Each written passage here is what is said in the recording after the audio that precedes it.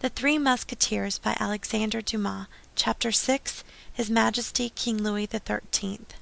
This affair made a great noise. Monsieur de Treville scolded his Musketeers in public and congratulated them in private. But as no time was to be lost in gaining the king, Monsieur de Treville hastened to report himself at the Louvre. It was already too late. The king was closeted with the cardinal, and Monsieur de Treville was informed that the king was busy and could not receive him at that moment. In the evening, Monsieur de Treville attended the king's gaming table. The king was winning, and as he was very avaricious, he was in an excellent humor. Perceiving Monsieur de Treville at a distance, "Come here, Monsieur Captain," he said. "Come here, that I may growl at you. Do you know that his Eminence has been making fresh complaints against your Musketeers, and that with so much emotion after this evening his Eminence is indisposed? Ah, these Musketeers of yours are very devils, fellows to be hanged." "No, sire," replied Treville, who saw at the first glance how things would go. "On the contrary, they are good creatures, as meek as lambs, and have but one desire. I'll be their warranty, and that is that their swords may never leave their scabbards but in your Majesty's service. But what are they to do? The guards of Monsieur the Cardinal are forever seeking quarrels with them, and for the honor of the corps even, the poor young men are obliged to defend themselves." "Listen to Monsieur de Treville," said the king. "Listen to him. Would not one say he was speaking of a religious community? In truth, my dear captain, I have a great mind to take away your commission and give it to Mademoiselle de Chemerault, to whom I promised an abbey. But don't fancy that I am going to take you on your bare word. I am called Louis the Just, Monsieur de Treville, and by and by, we will see." "Ah, sire, it is because I confide in that justice that I shall wait patiently and quietly the good pleasure of your Majesty." "Wait, then, monsieur, wait," said the king. "I will not detain you long." In fact, fortune changed, and as the king began to lose what he had won, he was not sorry to find an excuse for playing Charlemagne, if we may use a gaming phrase of whose origin we confess our ignorance. The king therefore arose a minute after, and putting the money which lay before him into his pocket, the major part of which arose from his winnings, "La Vieuville," said he, "take my place. I must speak to Monsieur de Treville on an affair of importance. Ah, I had 80 louis before me. Put down the same sum, so that they who have lost may have nothing to complain of. Justice before everything." Then turning toward Monsieur de Treville and walking with him toward the embrasure of a window, "Well, monsieur," continued he, "you say it is his Eminence's guards who have sought a quarrel with your Musketeers?" "Yes, sire, as they always do." "And how did the thing happen? Let us see, for you know, my dear captain, a judge must hear both sides." "Good Lord! In the most simple and natural manner possible. 3 of my best soldiers, whom your Majesty knows by name, and whose devotedness you have more than once appreciated, and who have, I dare affirm to the king, his service much at heart. 3 of my best soldiers, I say, Athos, Porthos, and Aramis, had made a party of pleasure with a young fellow from Gascony, whom I had introduced to them the same morning. The party was to take place at Saint Germain, I believe, and they had appointed to meet at the Carme des Chaux, where they were disturbed by de Jussac, Cahusac, and Bicarat, and 2 other guardsmen, who certainly did not go there in such a numerous company without some ill intention against the edicts." "Ah, ah, you incline me to think so," said the king. "There is no doubt they went thither to fight themselves." "I do not accuse them, sire, but I leave your Majesty to judge what 5 armed men could possibly be going to do in such a deserted place as the neighborhood of the Convent des Carmes." "Yes, you are right, Treville, you are right." Then, upon seeing my Musketeers, they changed their minds, and forgot their private hatred for partisan hatred, for your Majesty could not be ignorant that the Musketeers, who belong to the king, and nobody but the king, are the natural enemies of the guardsmen, who belong to the cardinal. "Yes, Treville, yes," said the king in a melancholy tone. "And it is very sad, believe me, to see thus 2 parties in France, 2 heads to royalty. But all this will come to an end, Treville, will come to an end. You say, then, that the guardsman sought a quarrel with the Musketeers? I say that it is probable that things have fallen out so, but I will not swear to it, sire. You know how difficult it is to discover the truth, and unless a man be endowed with that admirable instinct which causes Louis XIII. To be named the Just. You are right, Treville, but they were not alone, your Musketeers. They had a youth with them? Yes, sire, and one wounded man, so that 3 of the king's Musketeers, one of whom was wounded, and a youth, not only maintained their ground against 5 of the most terrible of the cardinal's guardsmen, but absolutely brought 4 of them to earth. "Why, this is a victory!" cried the king, all radiant. "A complete victory!" "Yes, sire, as complete as that as the bridge of Say." 4 men, one of them wounded, and a youth, say you? One hardly a young man, but who, however, behaved himself so admirably on this occasion that I will take the liberty of recommending him to your Majesty. How does he call himself? D'Artagnan, sire. He is the son of one of my oldest friends, the son of a man who served under the king your father, of glorious memory, in the Civil War. And you say this young man behaved himself well? Tell me how, Treville. You know how I delight in accounts of war and fighting. And Louis XIII. Twisted his mustache proudly, placing his hand upon his hip. "Sire," resumed Treville, "as I told you, Monsieur d'Artagnan is a little more than a boy, and he has not the honor of being a Musketeer. He was dressed as a citizen. The guards of the cardinal, perceiving his youth and that he did not belong to the corps, invited him to retire before they attacked." "So you may plainly see, Treville," interrupted the king, "it was they who attacked?" "That is true, sire. There can be no more doubt on that head." "They called upon him then to retire, but he answered that he was a Musketeer at heart, entirely devoted to your Majesty, and that therefore he would remain with Messieurs the Musketeers." "Brave young man!" murmured the king. "Well, he did remain with them, and your Majesty has in him so firm a champion that it was he who gave Jussac the terrible sword thrust which has made the cardinal so angry." "He who wounded Jussac?" cried the king. "He, a boy? Treville, that is impossible." "It is as I have the honor to relate it to your Majesty. Jussac, one of the first swordsmen in the kingdom? Well, sire, for once he found his master. I will see this young man, Treville. I will see him, and if anything can be done, well, we will make it our business." "When will your Majesty deign to receive him?" "Tomorrow at midday, Treville." "Shall I bring him alone?" "No, bring me all 4 together. I wish to thank them all at once. Devoted men are so rare, Treville. By the back of the staircase. It is useless to let the cardinal know." "Yes, sire." "You understand, Treville, an edict is still an edict. It is forbidden to fight, after all." "But this encounter, sire, is quite out of the ordinary conditions of a duel. It is a brawl, and the proof is that there were 5 of the cardinal's guardsmen against my 3 Musketeers and Monsieur d'Artagnan." "That is true," said the king, "but never mind, Treville. Come still by the back staircase." Treville smiled. But as it was indeed something to have prevailed upon this child to rebel against his master, he saluted the king respectfully, and with this agreement took leave of him.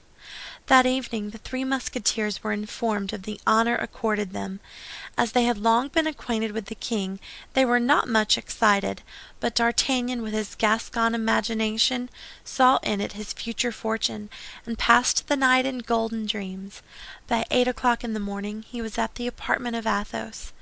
D'Artagnan found the Musketeer dressed and ready to go out. As the hour to wait upon the king was not till 12, he had made a party with Porthos and Aramis to play a game at tennis in a tennis court situated near the stables of Luxembourg. Athos invited D'Artagnan to follow them, and although ignorant of the game, which he had never played, he accepted, not knowing what to do at this time from 9 o'clock in the morning, as it then scarcely was, till 12. The 2 Musketeers were already there, and were playing together. Athos, who was very expert in all bodily exercises, passed with D'Artagnan to the opposite side and challenged them; but at the first effort he made, although he played with his left hand, he found that his wound was yet too recent to allow of such exertion. D'Artagnan remained therefore alone, and as he declared he was too ignorant of the game to play it regularly, they only continued giving balls to one another without counting. But one of these balls, launched by Porthos's Herculean hand, passed so close to D'Artagnan's face that he thought if, instead of passing near, it had hit him, his audience would have been probably lost, as it would have been impossible for him to present himself before the king. Now, as upon this audience and his Gascon imagination depended his future life, he saluted Aramis and Porthos politely, declaring that he would not resume the game until he should be prepared to play with them on more equal terms, and went and took his place near the court and in the gallery. Unfortunately for D'Artagnan, among the spectators was one of his Eminence's guardsmen, who, still irritated by the defeat of his companions, which had happened only the day before, had promised himself to seize the first opportunity of avenging it. He believed this opportunity was now come, and addressed his neighbor. "It is not astonishing that a young man should be afraid of a ball, for he is doubtless a Musketeer apprentice." D'Artagnan turned round as if a serpent had stung him, and fixed his eyes intensely upon the guardsman who had just made this insolent speech. "Pardieu," resumed the latter, twisting his mustache, "look at me as long as you like, my little gentleman. I have said what I have said." "And as since that which you have said is too clear to require an explanation," replied D'Artagnan in a low voice, "I beg you to follow me." "And when?" asked the guardsman, with the same jeering air. "At once, if you please." "And you know who I am, without doubt?" "I? I'm completely ignorant, nor does it much disquiet me." "You're in the wrong there, for if you knew my name, perhaps you would not be so pressing." "What is your name?" "Bernajoux, at your service." "Well, then, Monsieur Bernajoux," said D'Artagnan tranquilly, "I will wait for you at the door." "Go, monsieur, I will follow you." "Do not hurry yourself, monsieur, lest it be observed that we go out together. You must be aware that for our undertaking, company would be in the way." "That's true," said the guardsman, astonished that his name had not produced more effect upon the young man. Indeed, the name of Bernajoux was known to all the world, D'Artagnan alone excepted perhaps, for it was one of those which figured most frequently in the daily brawls which all the edicts of the cardinal could not repress. Porthos and Aramis were so engaged with their game, and Athos was watching them with so much attention, that they did not even perceive their young companion go out, who, as he had told the guardsman of his Eminence, stopped outside the door. An instant after, the guardsman descended in his turn. As D'Artagnan had no time to lose on account of the audience of the king, which was fixed for midday, he cast his eyes around, and seeing that the street was empty, said to his adversary, "My faith, it is fortunate for you, although your name is Bernajoux, to have only to deal with an apprentice Musketeer. Never mind, be content, I will do my best. On guard!" "But," said he whom D'Artagnan thus provoked, "it appears to me that this place is badly chosen, and that we should be better behind the Abbey Saint-Germain or in the Pré aux Clercs." "What you say is full of sense," replied D'Artagnan, "but unfortunately I have very little time to spare, having an appointment at precisely 12. On guard, then, monsieur, on guard!" Bernajoux was not a man to have such a compliment paid to him twice. In an instant his sword glittered in his hand, and he sprang upon his adversary, whom, thanks to his great youthfulness, he hoped to intimidate. But D'Artagnan had on the preceding day served his apprenticeship. Fresh sharpened by his victory, full of hopes of future favor, he was resolved not to recoil a step. So the two swords were crossed close to the hilts, and as D'Artagnan stood firm, it was his adversary who made the retreating step. But D'Artagnan seized the moment at which, in this movement, the sword of Bernajoux deviated from the line. He freed his weapon, made a lunge, and touched his adversary on the shoulder. D'Artagnan immediately made a step backward and raised his sword, but Bernajoux cried out that it was nothing, and rushing blindly upon him, absolutely spitted himself upon D'Artagnan's sword. As, however, he did not fall, as he did not declare himself conquered, but only broke away toward the hôtel of Monsieur de la Tremouille, in whose service he had a relative, D'Artagnan was ignorant of the seriousness of the last wound his adversary had received, and pressing him warmly, without doubt, would soon have completed his work with a third blow, when the noise which arose from the street being heard in the tennis court, two of the friends of the guardsman, who had seen him go out after exchanging some words with D'Artagnan, rushed, sword in hand, from the court, and fell upon the conqueror. But Athos, Porthos, and Aramis quickly appeared in their turn, and the moment the two guardsmen attacked their young companion, drove them back. Bernajoux now fell, and as the guardsmen were only 2 against 4, they began to cry, "To the rescue! The Hôtel de la Tremouille!" At these cries, all who were in the hôtel rushed out and fell upon the 4 companions, who, on their side, cried aloud, "To the rescue, Musketeers!" This cry was generally heeded, for the Musketeers were known to be enemies of the cardinal, and were beloved on account of the hatred they bore to his Eminence. Thus the soldiers of other companies than those which belonged to the Red Duke, as Aramis had called him, often took part with the king's Musketeers in these quarrels. Of 3 guardsmen of the company of Monsieur Dessessart who were passing, 2 came to the assistance of the 4 companions, while the other ran toward the hôtel of Monsieur de Treville, crying, "To the rescue, Musketeers, to the rescue!" As usual, the hôtel was full of soldiers of this company, who hastened to the succor of their comrades. The mêlée became general, but strength was on the side of the Musketeers.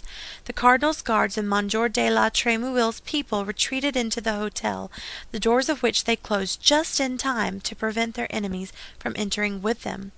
As to the wounded man, he had been taken in at once, and as we have said, in a very bad state.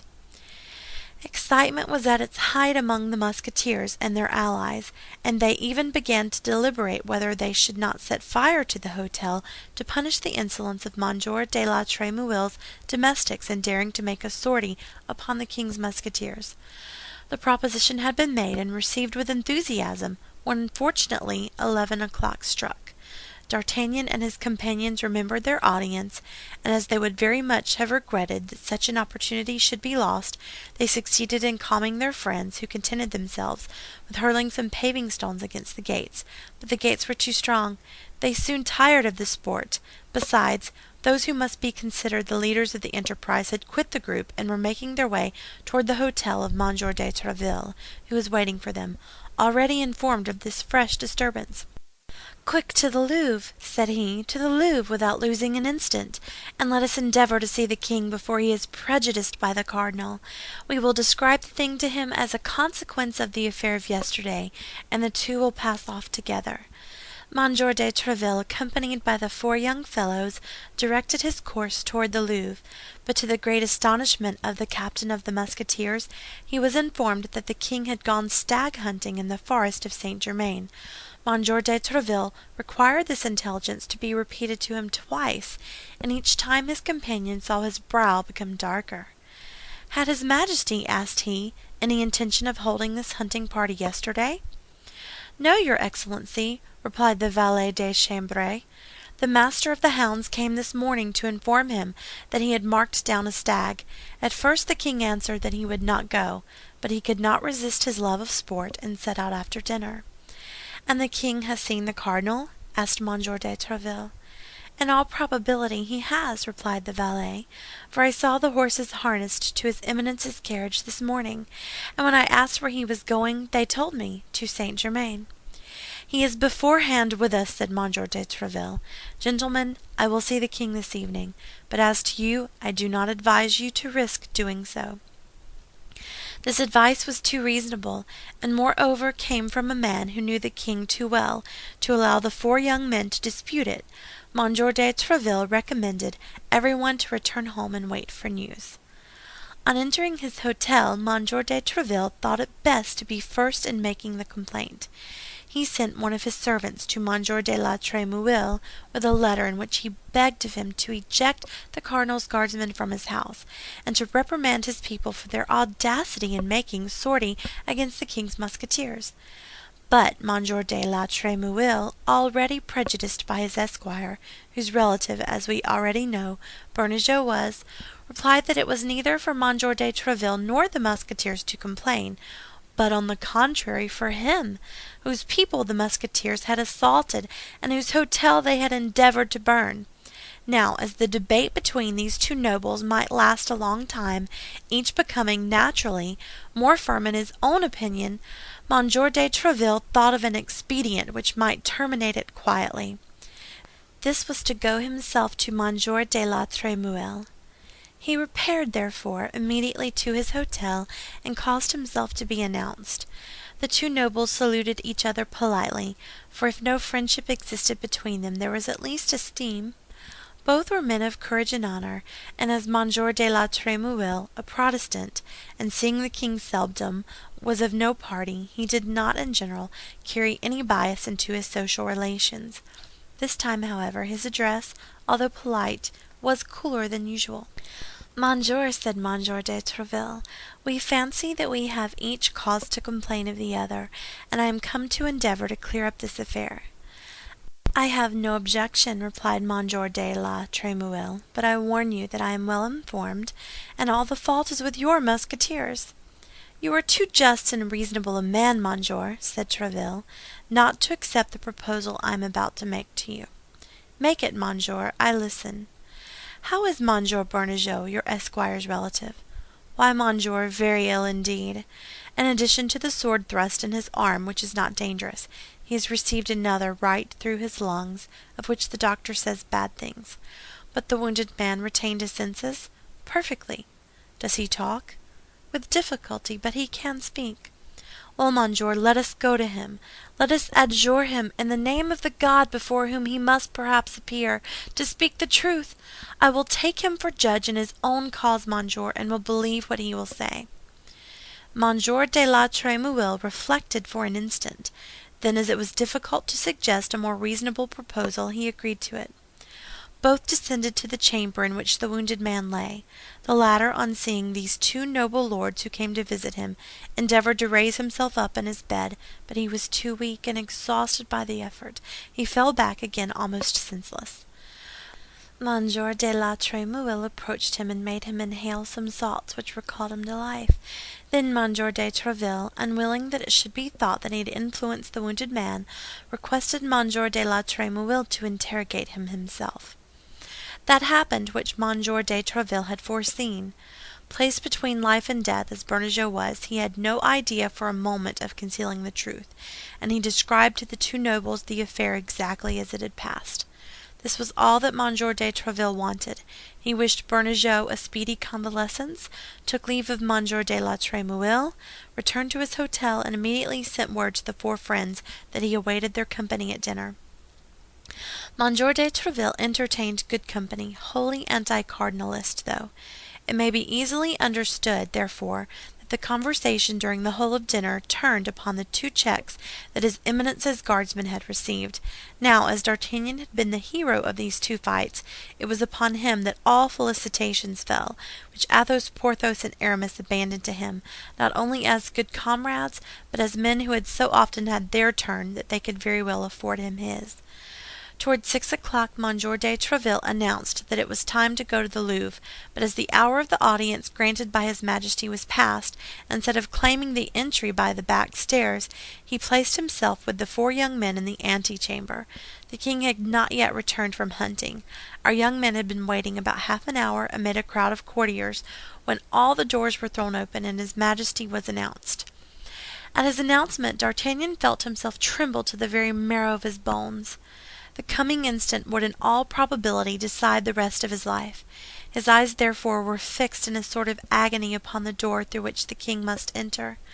Louis XIII. Appeared walking fast. He was in hunting costume, covered with dust, wearing large boots, and holding a whip in his hand. At the first glance, D'Artagnan judged that the mind of the king was stormy. This disposition, visible as it was in his Majesty, did not prevent the courtiers from ranging themselves along his pathway. In royal antechambers, it is worth more to be viewed with an angry eye than not to be seen at all. The three Musketeers therefore did not hesitate to make a step forward. D'Artagnan, on the contrary, remained concealed behind them; but although the king knew Athos, Porthos, and Aramis personally, he passed before them without speaking, or looking, indeed, as if he had ever seen them before. As for M. de Treville, when the eyes of the king fell upon him, he sustained the look with so much firmness that it was the king who dropped his eyes, after which his Majesty, grumbling, entered his apartment. "Matters go but badly," said Athos, smiling, "and we shall not be made chevaliers of the order this time." "Wait here 10 minutes," said M. de Treville, "and if at the expiration of 10 minutes you do not see me come out, return to my hôtel, for it will be useless for you to wait for me longer." The four young men waited 10 minutes, a quarter of an hour, 20 minutes, and seeing that M. de Treville did not return, went away very uneasy as to what was going to happen. M. de Treville entered the king's cabinet boldly, and found his Majesty in a very ill humor, seated on an armchair, beating his boot with the handle of his whip. This, however, did not prevent his asking, with the greatest coolness, after his Majesty's health. "Bad, monsieur, bad," replied the king. "I am bored." This was, in fact, the worst complaint of Louis XIII., who would sometimes take one of his courtiers to a window and say, "Monsieur So-and-so, let us weary ourselves together." "How? Your Majesty is bored? Have you not enjoyed the pleasures of the chase today?" "A fine pleasure, indeed, monsieur. Upon my soul, everything degenerates, and I don't know whether it is the game which leaves no scent, or the dogs that have no noses. We started a stag of 10 branches. We chased him for 6 hours, and when he was near being taken, when Saint Simon was already putting his horn to his mouth to sound the mort, crack! All the pack takes the wrong scent and sets off after a 2-year-older. I shall be obliged to give up hunting, as I have given up hawking. Ah, I am an unfortunate king, Monsieur de Treville. I had but one gerfalcon, and he died day before yesterday." "Indeed, sire, I wholly comprehend your disappointment. The misfortune is great, but I think you still have a good number of falcons, sparrowhawks, and tiercels." "And not a man to instruct them. Falconers are declining. I know no one but myself who is acquainted with the noble art of venery. After me it will all be over, and people will hunt with gins, snares, and traps. If I had but the time to train pupils!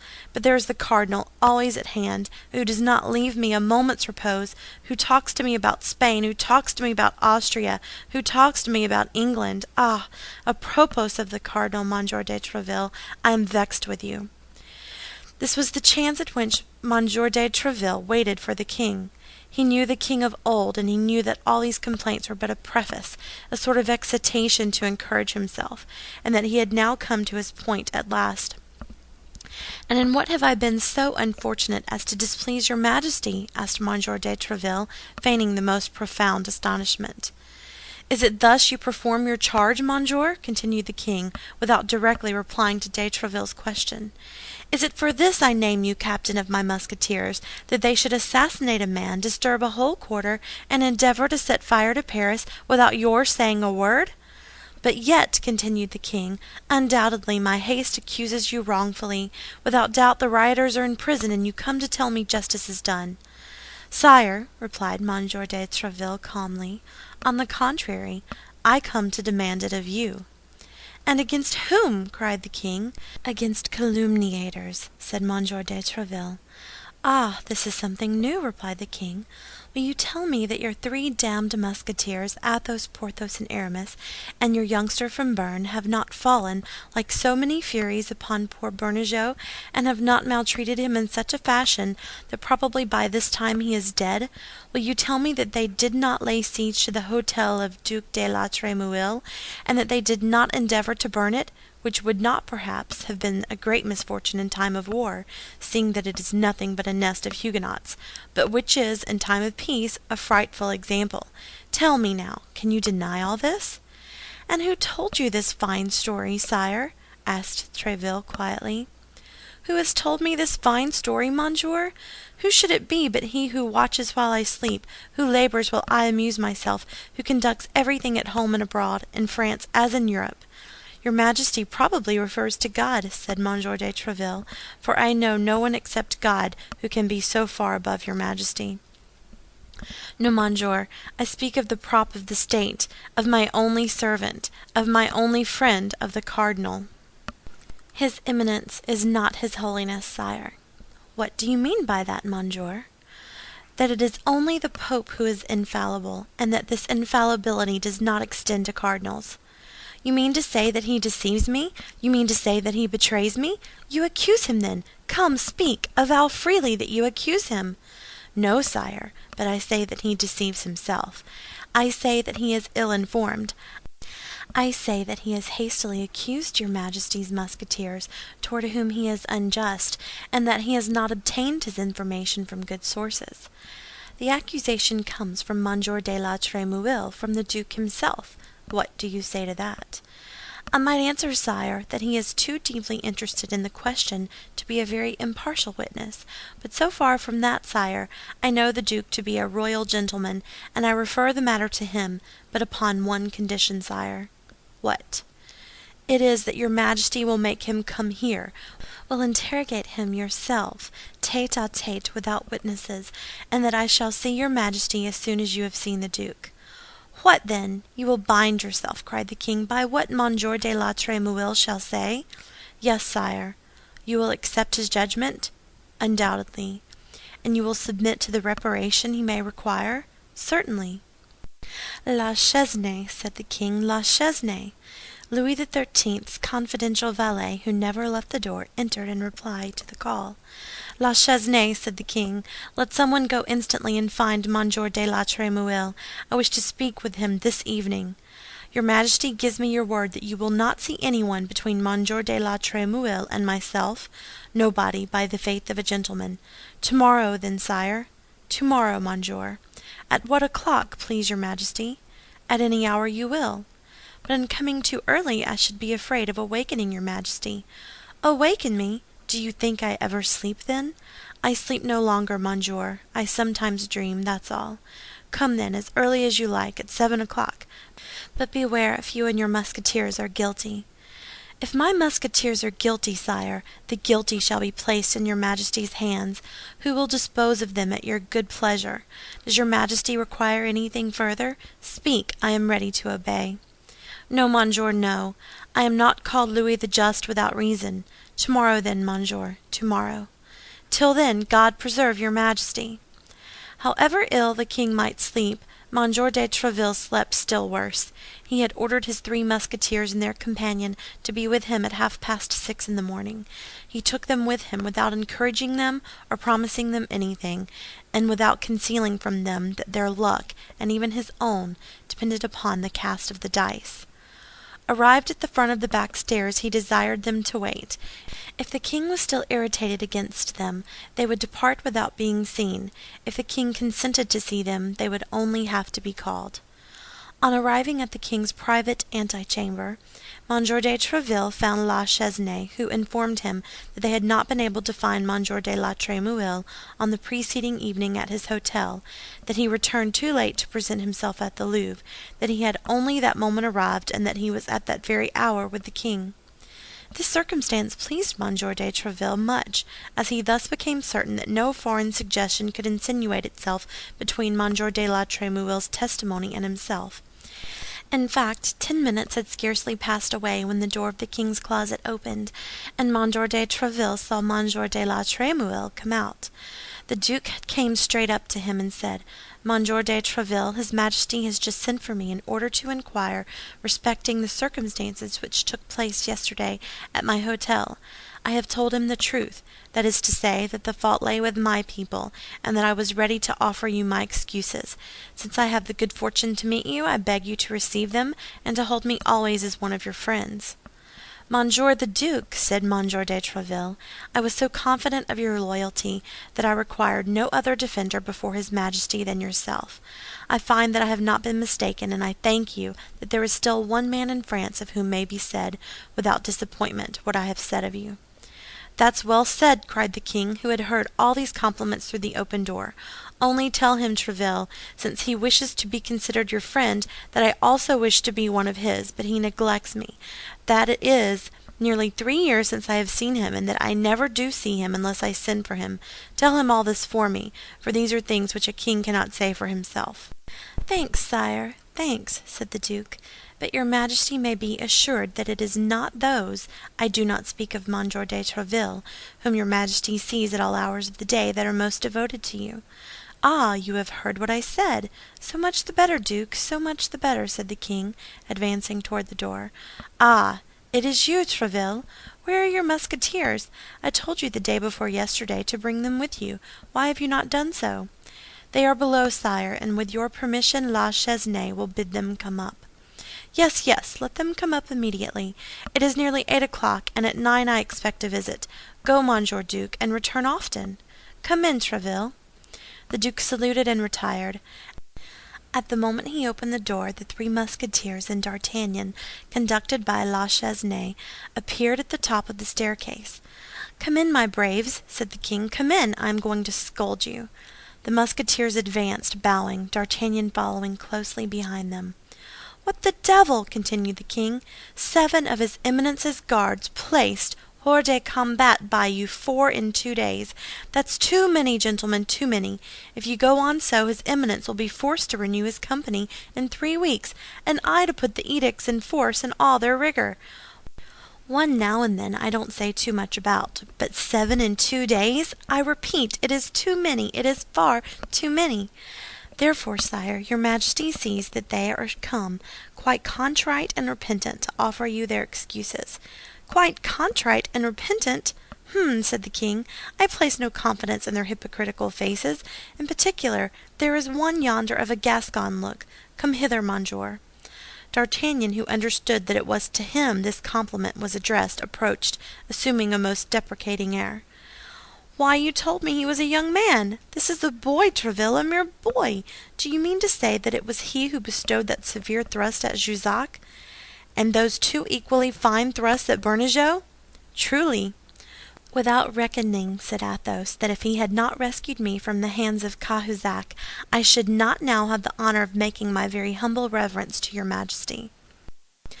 "Why, he is a very devil, this Bernajoux. Ventre saint gris, Monsieur de Treville, as the king my father would have said. But at this sort of work, many doublets must be slashed and many swords broken. Now, Gascons are always poor, are they not?"